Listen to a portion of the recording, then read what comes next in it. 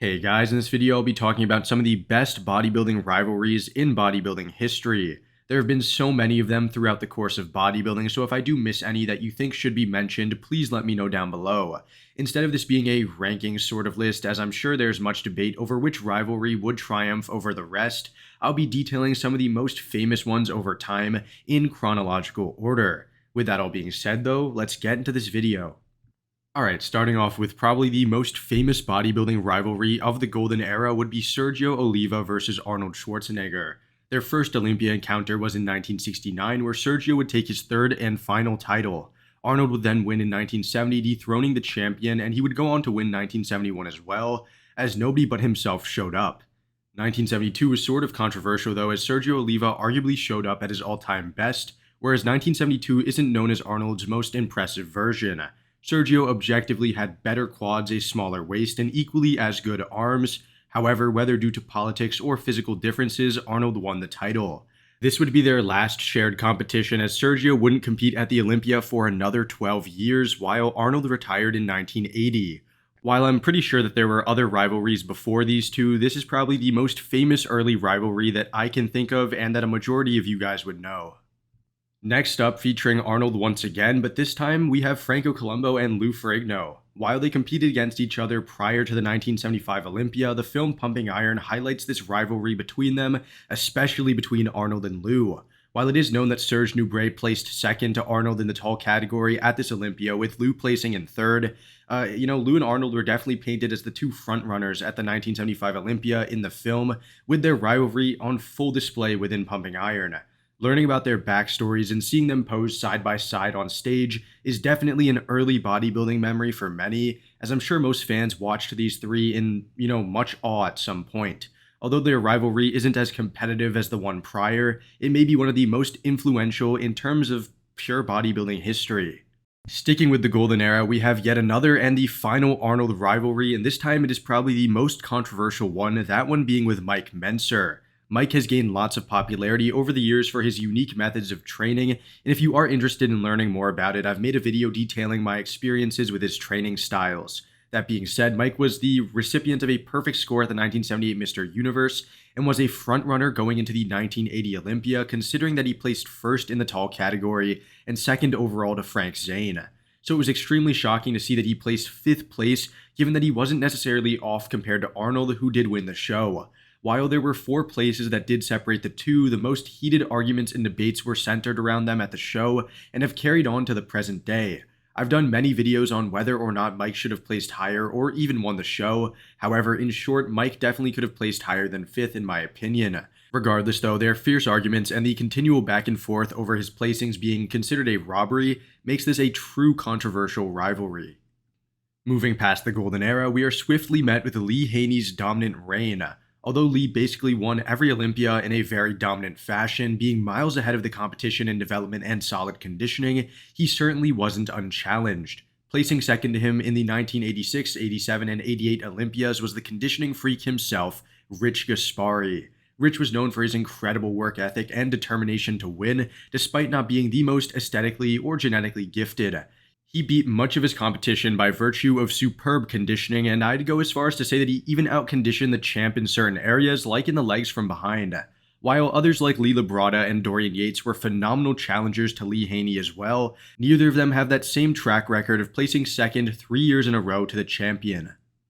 Speaking of Dorian Yates, he probably had some of the most fierce competition, going up against guys who were objectively genetically superior to him.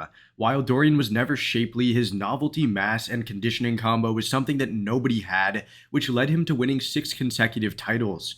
That being said, he definitely had some close calls, especially when it came to battling it out with none other than Sean Ray. Sean challenged Dorian extremely hard, namely in 1994 and 96, with the former being very debatable till this day. Sean had such clean lines and comparable development, and did not suffer a visible injury unlike the reigning champion. 1996 was a bit less controversial, however in both Sean could have definitely won if the judging panel was different. 2 other competitors, Flex Wheeler and Kevin Levrone, come to mind as top contenders for the title during Dorian's reign. However, I do believe that the Olympias in which they came second were not as controversial, if not controversial at all. 1992, 1993, and 1995 were all pretty dominant versions of Dorian, as they featured minimal flaws while maximizing conditioning, size, or both.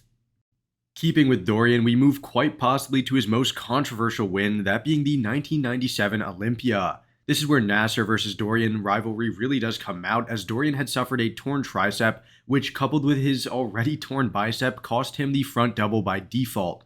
Additionally, his bloated waistline contrasted starkly with Nasser's near perfect midsection, and he was extremely vulnerable in certain poses. That being said, Dorian outclassed him in conditioning from behind and presented considerable mass and graininess that Nasser might not have had. Even in the present, many fans go back and forth on whether or not Nasser deserved to win, which certainly makes it one of the top rivalries during the 90s era. Speaking of the 90s era, the most memorable rivalry during this era by far is the one between Flex Wheeler and Ronnie Coleman. In 1998, with Dorian Yates retired and the title up for grabs, it seemed as if Flex was the heir apparent to the throne. He came in with a phenomenal package resembling a prime Flex from almost every angle. However, nobody could have seen the 9th place finisher from the year prior leapfrogging all the way to first place. This was, of course, Ronnie Coleman, who absolutely demolished the competition by virtue of superior conditioning and a crazy backside. He exposed Flex's weak hamstrings and glute conditioning, and did the same exact thing in 1999. Ronnie winning in 98 and 99 are two of the most iconic moments in his career and in bodybuilding as a whole, and their rivalry stands as a fan favorite of many. Ronnie's rivalry with Flex, while iconic for many reasons, wasn't nearly as memorable as the one that he had with Jay Cutler. This is quite possibly known as the best rivalry in bodybuilding history, as Jay placed second to Ronnie 4 times before winning the title. Any video of Jay prior winning the Olympia showed just how hungry he was to win the title, while having great respect for Ronnie as a bodybuilder as well. However, on stage, the two definitely fought it out, as seeing these two legends who were miles ahead of everyone else battle it out was really something else. Although they competed against each other from 1999 until 2007, their best years as rivals were definitely from 2001 to 2006. During those years, nobody was even close to challenging them, as their mass, conditioning, and stage presence were really too dominant. While Jay's best rivalry may have been with Ronnie Coleman, he had a couple more less exciting ones after. His most controversial Olympia win wasn't the one against Ronnie in 2006, as that title goes to the 2007 Mr. Olympia, where he arguably should have lost to the far more conditioned Victor Martinez. Then there's obviously the 2008 Olympia, where he lost to Dexter Jackson and vowed to come back stronger to defeat him as he had all the years prior. Of course, 2009 was a very dominant win with really no rivals, while 2010 and 2011 featured a very competitive yet friendly competition with Phil Heath. Speaking of Phil, his most famous rivalry and the most famous one out of the 2010s is the one with Kai Green. Unlike any rivalry before them, these two displayed true hatred for each other on stage, even resulting in physical violence at times. Neither showed respect towards each other during their competitive days, and both dominated the stage in a similar manner to that of Jay and Ronnie. Interestingly, Kai defeated Phil a few times earlier on in their careers. However, Phil would go on to deny Kai the win from 2012 to 2014.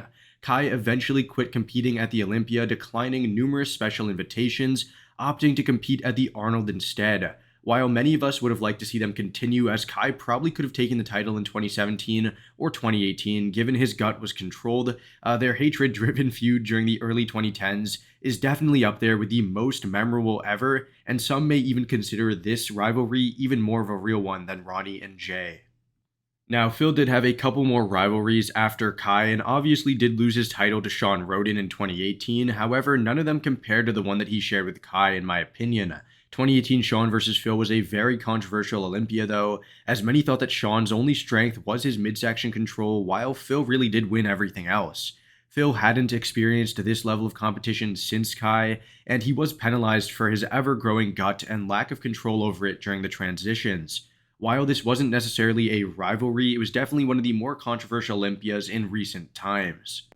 While we're on the topic of controversy, the most prominent rivalry of the current era is that of Derek Lunsford and Hadi Chupin. While the 2020s saw Brandon Curry versus Big Ramy, Hunter Labrada versus Nick Walker, among many others, this is probably the most compelling of the open class rivalries.